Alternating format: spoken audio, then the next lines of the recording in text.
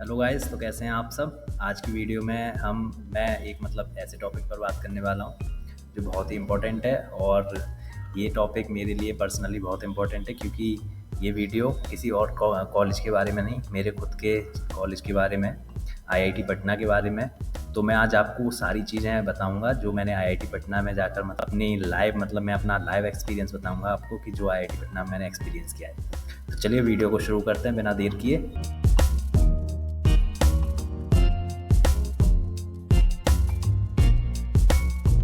सबसे पहले मैं आपको ये बताना चाहता हूँ कि मैंने आईआईटी पटना ज्वाइन किया था।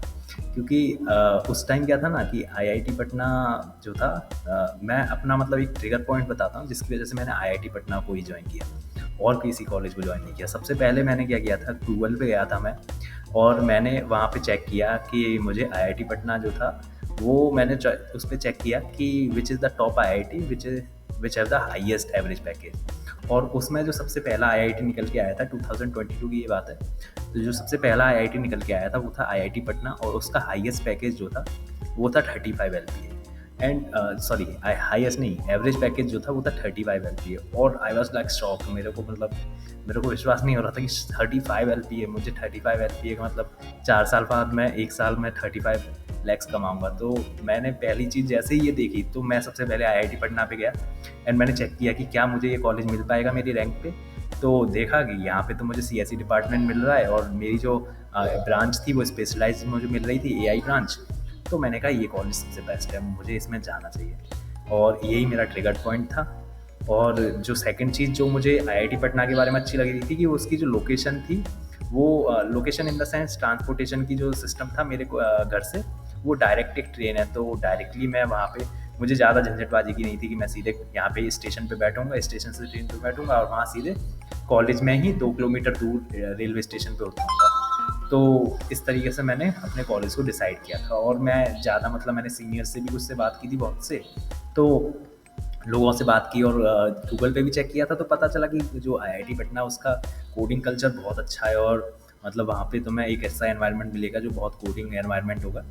तो इसलिए मैंने आईआईटी पटना को ज्वाइन किया। अब हम दूसरा जो पॉइंट है उस पर बात करते हैं कि आईआईटी पटना का कैंपस कैसा है और उसका इंफ्रास्ट्रक्चर कैसा है। तो देखो, पहली चीज़ तो आईआईटी पटना जो है ना, वो उसका नाम ही आईआईटी पटना है, बट वो है पटना में नहीं, वो भीटा जो है, जैसे पटना एक बहुत बड़ा डिस्ट्रिक्ट है, उसका एक छोटा सा जो कस्बा बोलते हैं हम उसे, कस्बा जो होता है किसी भी शहर में, छोटे छोटे एरियाज होते हैं, तो वो भीटा एरिया है पटना में। तो वहाँ पर है वो, तो वो 35 किलोमीटर है मेन सिटी से। और उसका जो कैंपस है वो 500 एकर्स में फैला हुआ है, बहुत सुंदर, एनवायरनमेंट बहुत अच्छा है वहाँ का। तो मैं स्पोर्ट कॉम्प्लेक्स मिलेगा, बहुत ट्रीज़ है वहाँ पर। और जो हॉस्टल्स हैं वो भी अभी बने हैं, ज़्यादा पुराना हॉस्टल्स भी नहीं, क्योंकि 2015 में ही जो आईआईटी पटना था वो शिफ्ट हुआ था यहाँ पे बीटा में। तो कैंपस भी बहुत तगड़ा है। आते हैं पहले इंफ्रास्ट्रक्चर पे ही बात कर लेते हैं। और एक अभी जो है सेंट्रल लाइब्रेरी बन रही है, जो पिछले 5 साल से बन रही थी, बट अब जो है वो विद इन 1 ईयर और 2 ईयर वो कंप्लीट हो जाएगी। और वो बहुत यूनिक एक यूनिक एक मॉन्यूमेंट है जो आईआईटी पटना के लिए है, पर्सनली, क्योंकि हर आईआईटी का अपना एक ऐसा पॉइंट होता है जो उसके लिए यूनिक होता है, और आईआईटी पटना के लिए जो यूनिक चीज़ है वो है उसकी सेंट्रल लाइब्रेरी।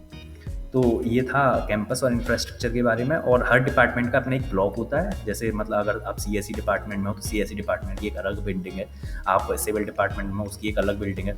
और हॉस्टल से उनकी जो लगभग डिस्टेंस है वो 1.5 किलोमीटर के आसपास की है। और आपको ये भी नहीं सोचना है, आप साइकिल भी यूज़ कर सकते हो, और साथ में कॉलेज की तरफ से बसेस भी प्रोवाइड होती हैं, एसी बसेस होती हैं, तो आप उनमें बैठ के भी कैंपस अपने डिपार्टमेंट के लिए जा सकते हो। अब हम बात करते हैं हॉस्टल लाइफ के बारे में, जो हर स्टूडेंट को अपनी जब वो जेई की प्रिपरेशन कर रहा होता है, उसके जो सबसे ज़्यादा वो रील्स देखता है, जिसके जो उसके माइंड में चल रहा होता है, वो चल रही होती है छिछोरे मूवी की, वो हॉस्टल लाइफ के बारे में, कि हाँ वहाँ जो है जैसी हॉस्टल लाइफ थी वैसी हॉस्टल लाइफ हो, मुझे मिल जाए तो मेरी लाइफ जो है वो बिल्कुल मस्त हो जाए, चिल हो जाए 4 ईयर्स के लिए। तो मैं आपको बता दूं कि हॉस्टल लाइफ जो है ना आईआईटी पटना की, वो ऐसा नहीं कहोगे हाँ छिछोरे में कुछ एक्स्ट्रा दिखाया है, बट इतना नहीं है, बट हाँ ऐसा नहीं है कि तुम कहोगे लाइफ बिल्कुल बेकार है, बहुत अच्छा चिल लाइफ है।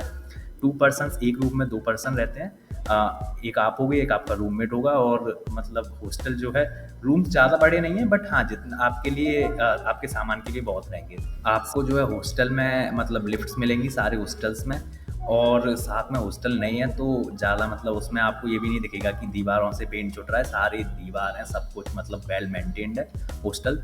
साथ में आपको वॉशिंग मशीन्स भी मिलेंगी हॉस्टल्स में, नई न्यू हॉस्टल्स में मिलेंगी, पुराने हॉस्टल्स के लिए लॉन्ड्री का सिस्टम है, वहाँ पे आपको पैसे देके हॉस्टल्स में कपड़े धुलवाने पड़ेंगे। ये था पूरा कुछ हॉस्टल के बारे में।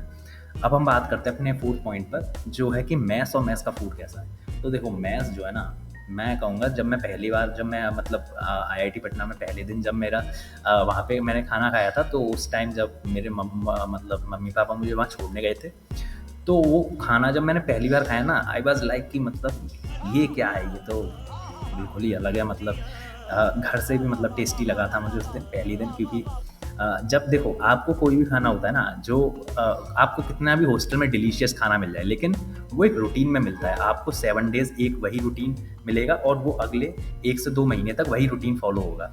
तो अब आप एक ही चीज़ को बार-बार हर वीक वही चीज़ खा रहे हो, वही चीज़ खा रहे हो, तो चाहे वो कितनी भी टेस्टी हो, आपको एक टाइम के बाद वो बोरिंग लगने लगेगी, वो अच्छी नहीं लगेगी। तो यही होता है हॉस्टल लाइफ़ में, खाना बहुत टेस्टी है और बहुत हेल्दी भी होता है। बट ये है कि वो खाना जो है वो आप डेली खाओगे, हर वीक वही खाओगे, तो एक टाइम के बाद बोरिंग होता है। बट शुरुआत में आप बोर नहीं होगे।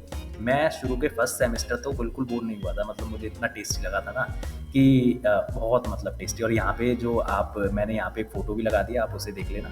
ये मेरा रूटीन था जो आर्यभट्ट हॉस्टल है हमारे आईआईटी का, वहाँ का ये मेस का रूटीन है। नाउ अब हम बात करते हैं एकेडमिक्स एंड प्रोफेसर्स पे।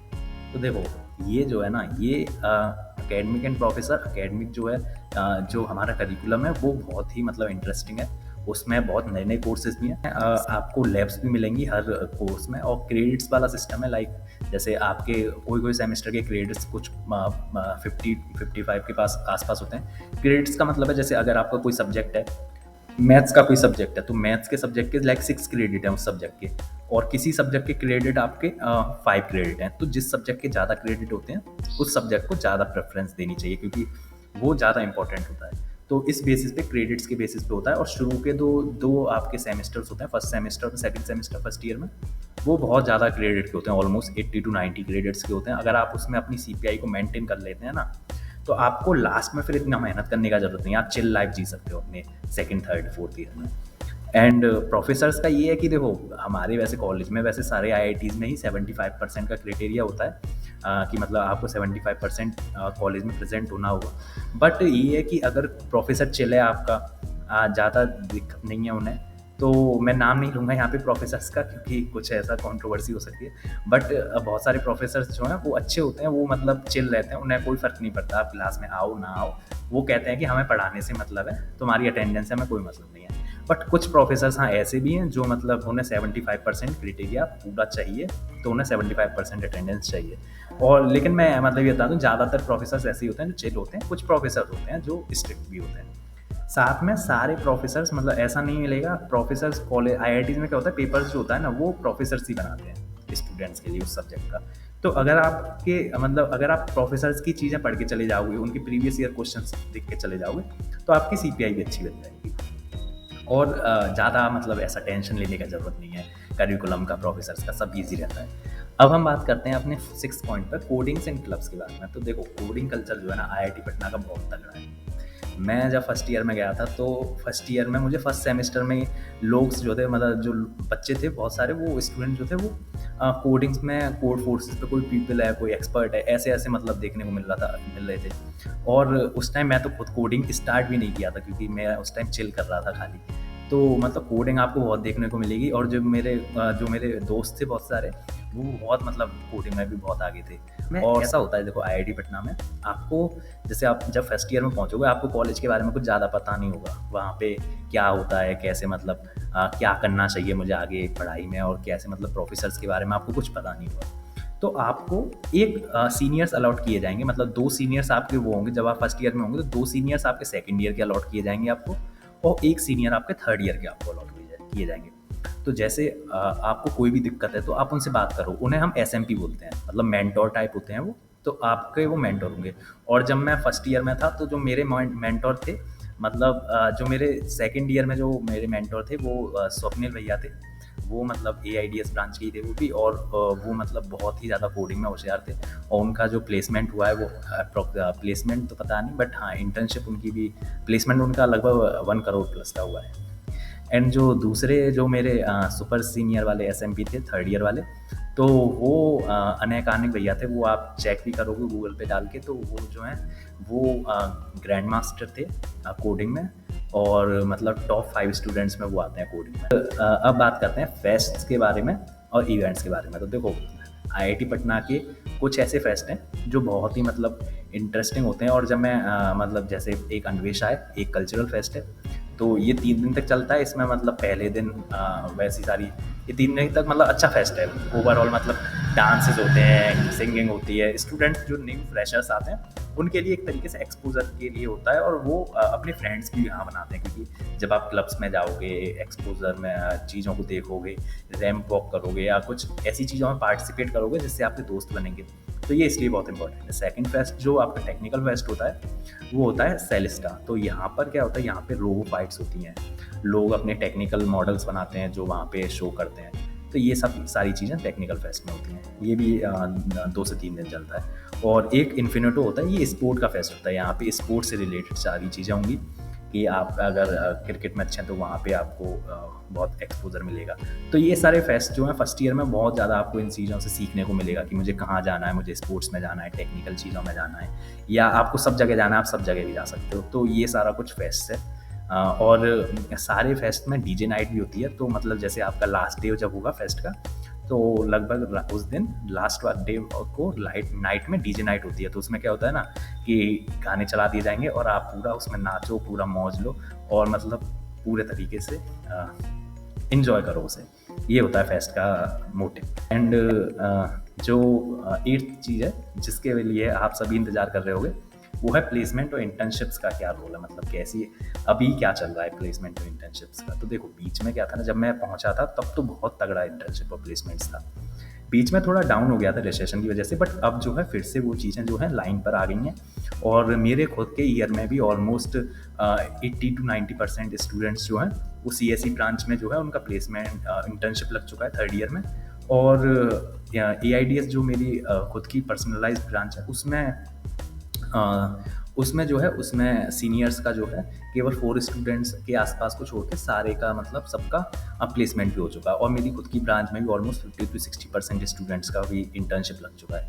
तो अगर आप मेहनत करोगे, आप कोडिंग करते हो या आप कुछ डेवलपमेंट टेक्निकल स्किल्स हैं, और आपको इंटरव्यू में बोलना आता है, मतलब देखो अगर बोलना नहीं आता ना तो सामने वाला इंटरव्यूअर आपको देखेगा नहीं। तो आपको बोलना आना चाहिए। ये सारी चीज़ें अगर हैं आपके पास, और वो चीज़ें आप सीख जाओगे धीरे धीरे, जब वहाँ कॉलेज में जाओगे तो ये सारी चीज़ें आपको सिखाई जाती हैं, आप सीख जाओगे। और प्लेसमेंट को इतना हार्ड भी नहीं है, हो जाए पाए। और अभी भी इंटर्नशिप चल रही है मेरे कॉलेज में, और बहुत सारे स्टूडेंट्स की अभी भी लग रही हैं। तो वो ऑलमोस्ट कहीं ना कहीं 90 to 95% तक चला जाएगा। तो अगर आप सर्किटल ब्रांच में तो प्लेसमेंट की चिंता है ही नहीं। बट अगर आप लोअर ब्रांच में, तो आपको थोड़ा सा एक्स्ट्रा मेहनत करना पड़ेगा प्लेसमेंट के लिए। अब हम बात करते हैं 9th पॉइंट की, जो है कि लोकेशन एंड कनेक्टिविटी के बारे में। तो मैंने लोकेशन बताया कि ये बीटा में है आईआईटी पटना, और 35 किलोमीटर अवे। बट आपको जो है हर वीक में सैटरडे संडे को जो है, हमारी सैटरडे संडे की छुट्टी भी रहती है। लाइक मतलब वीक में आपके 5 दिन पढ़ाई होगी, मंडे टू फ्राइडे, और सैटरडे संडे की छुट्टी होगी। तो ये सैटरडे संडे को कॉलेज से लेके जो पटना है वहाँ के लिए बस चलती हैं। तो आपको अगर पटना कुछ जाना है काम से, तो एक शेड्यूल होता है, उसमें सब कुछ अपडेट होता रहता है डेली का।